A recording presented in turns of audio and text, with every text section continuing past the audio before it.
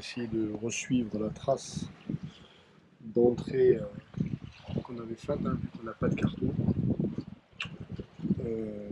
Tirer devant le nez sur le fond, et puis on quitte gentiment cet endroit magique où pour revenir il faut être en voilier, puisqu'il n'y a ni navette bateau, ni aéroport, ni quoi que ce soit. Donc ici pour revenir, si t'as pas de voilier, tu n'y voyais pas. Et donc là on est parti pour une des dernières navigation hauturière, puisque là on a 180 000 à faire pour rejoindre la pointe de la Papouasie-Nouvelle-Guinée. On va rester en côtier, peut-être en fonction de la météo, le golfe du Détroit de Torres a l'air de cartonner les 2 semaines à venir, donc où on fera le tour complet du golfe pour rentrer dans Torres pour éviter de se faire cartonner au milieu, ou s'ils annoncent à un moment donné que ça va s'alléger, on traversera le golfe. Ce sera un bord de pré, donc tu peux pas te mettre dans du pré dans 4 mètres de creux au 30 nœuds de vent. Ils annoncent que voilà, c'est comme ça un étranglement, le vent reste constant. Et puis Torres derrière, on espère y être dans 8 à 10 jours. Et puis derrière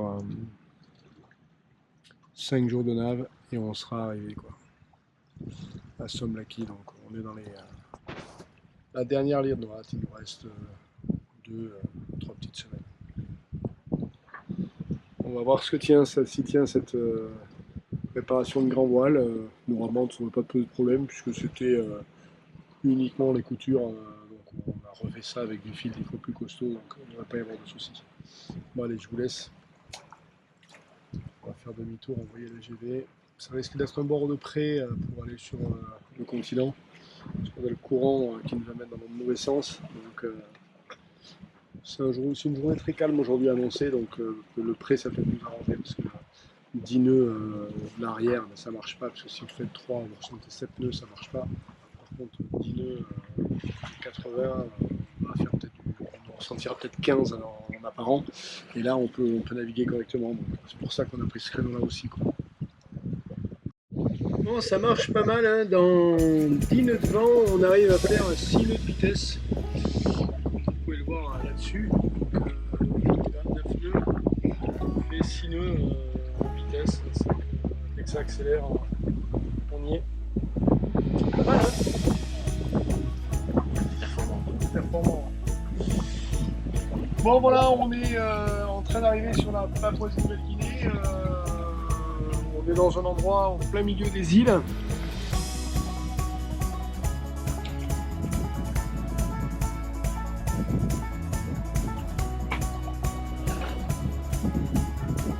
Une nuit qui a été plutôt calme pour une fois.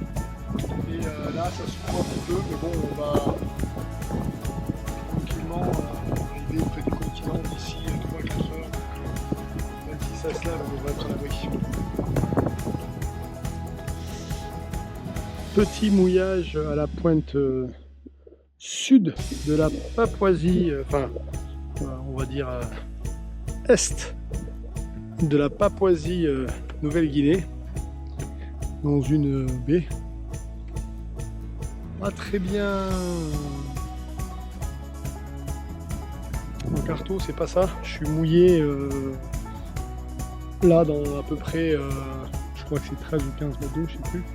Et sur la cartographie, je suis sur l'herbe. Je suis sur l'étal qui se déborde, enfin qui se déforme dans les basses. Alors qu'il y a eu 1,50 m de marée ici, donc c'est pas du tout réaliste. La carte magnonique, c'est pas du tout fausse. C'est pas tout juste dans ce coin-là. Voilà, bon, c'est assez paisible, on va y passer la nuit. C'était le seul arrêt qu'on pouvait faire. Demain, il y a le cap du continent à passer. Ça bastonne assez régulièrement, il y a un gros effet d'accélération du relief qui se fait. On va pas passer ça de nuit, on va aller jouer un petit peu. Donc on passera tranquillement le matin. Je vois pas trop de crocos à la surface. Il y en avait au Salomon, là j'en vois pas trop. Donc pas trop de crocodiles. Les gens ont l'air plutôt sympathiques, ils sont passés avec des bateaux de pêche et des barques à moteur. Ils nous ont fait coucou, donc ils ne sont pas particulièrement d'animosité. un haut relief, enfin au fond sur l'entrée de la baie là où il faut faire attention, mais bon, ça rentre assez facilement. 35 heures de nav on a fait là, des conditions très légères, on a fait 190 000 quand même, on a tenu une bonne moyenne, le bateau marche très fort, on n'en perd pas petit temps sans vague, donc plutôt content de ça. On repartira demain matin. On va essayer, si les pêcheurs viennent nous voir, là, de récupérer une carte SIM. Si quelqu'un veut nous vendre une carte SIM, on va lui l'acheter. Ce qui nous permettra de reprendre contact avec le continent. Parce que là, ça fait quand même. On en est à notre 56 jours sans contact avec. À part 2 messages par Iridium, donc sans nouvelles de rien. Donc ça commence à être long. Ah, Loulou, c'est long. Loulou, il est vert parce qu'il a Internet. Enfin, il a du réseau, mais. Mais pas Internet. Mais pas Internet. Voici 14 € le mégabyte. Ah ben, bienvenue en Belgique, hein, une fois. Donc voilà, ce soir on va prendre un repas qui va changer. Je pense que pour le 25e jour d'affilée, je vais manger des pâtes et tu vas manger du riz. Donc voilà, hein, on change pas. On arrive à... Sur la fin, là, il me reste 10 kg de pâtes et il doit rester 20 kg de riz. Donc si on se presse pas, on va finir tous les deux au riz. Donc voilà. Bon allez, à demain matin pour le départ.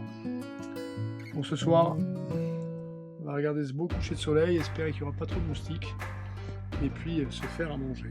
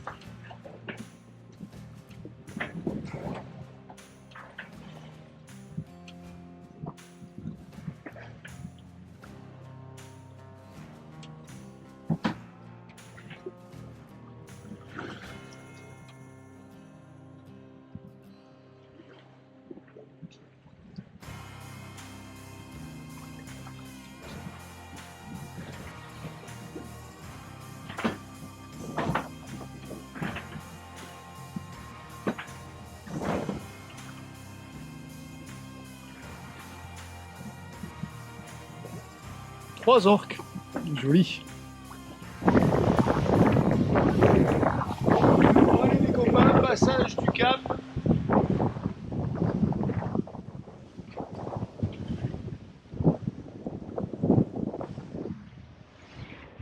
Ah, une mer, j'essaie de me couper du vent, une mer plutôt 2 mètres de creux, où il y a 17 de vent, on tourne à 8 nœuds, tranquille, ça marche pour le bateau. Voilà, bon, ça va être une journée où on va enfiler des milles, mais ça va bien se passer.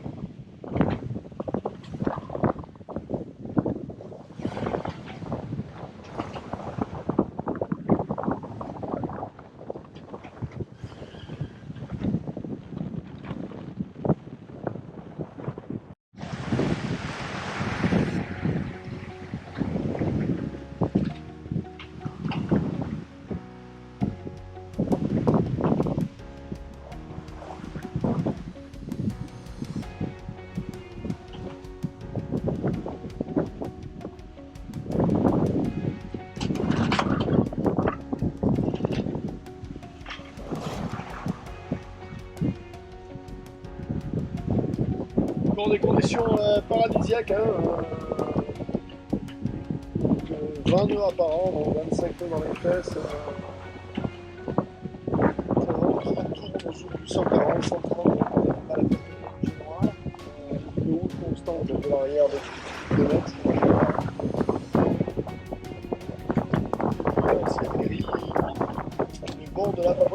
Allez, un loulou.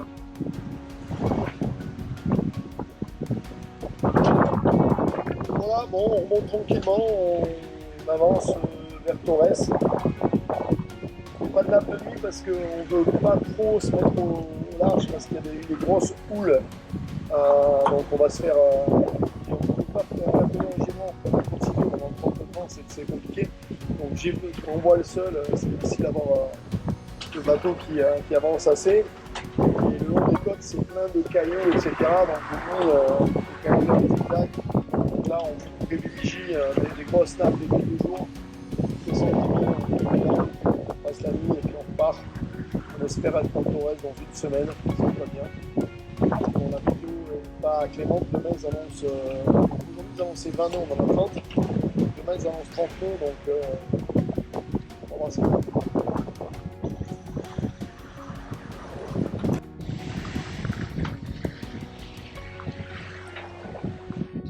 Changement de couleur.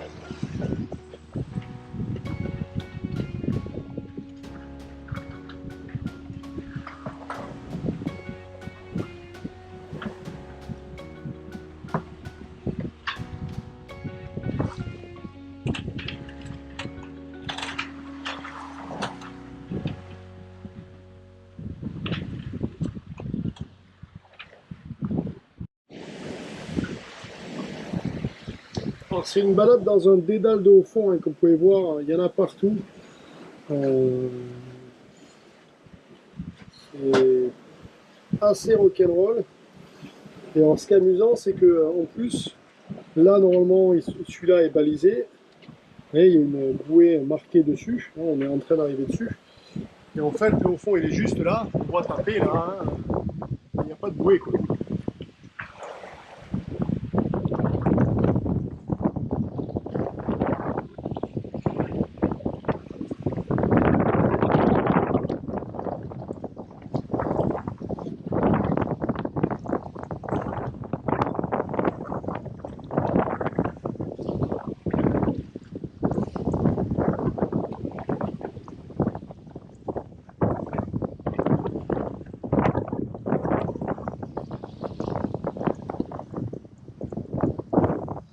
Donc là, il faut avoir foi en un carton. On n'est pas dans beaucoup d'eau en plus, hein, puisqu'on tourne là dans une eau à 20 mètres.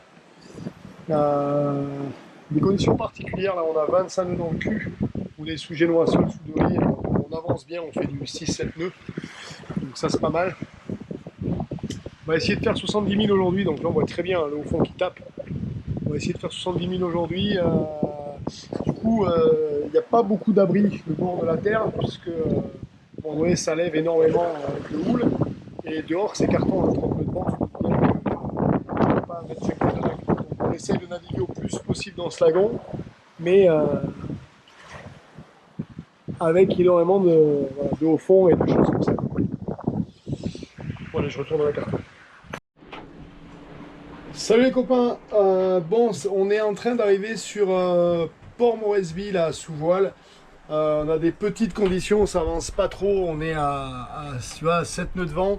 Ce qui se passe, c'est qu'on a une bulle d'air dans le circuit moteur, je pense. Donc là, ça fait à peu près 48 heures qu'on n'a plus d'électricité parce qu'on n'arrive pas à redémarrer le bordel. Donc j'ai Loulou là qui est à la barre et qui nous fait du steering puisqu'on économise le pilote au plus possible pour économiser l'électricité. Je sais même pas quelle date on est. On est dimanche 19 à 3h, presque 4h de l'après-midi. On est en vue de la Terre là. Le problème qu'on a, ça fait 2 jours que j'appelle Port Moresby, la VHF, pour leur donner notre intention de rentrer, de mouiller pour aller se foutre et faire une réparation. Ils répondent pas et ça me casse les noix. Port Moresby for sailing vessel Viv, do you copy?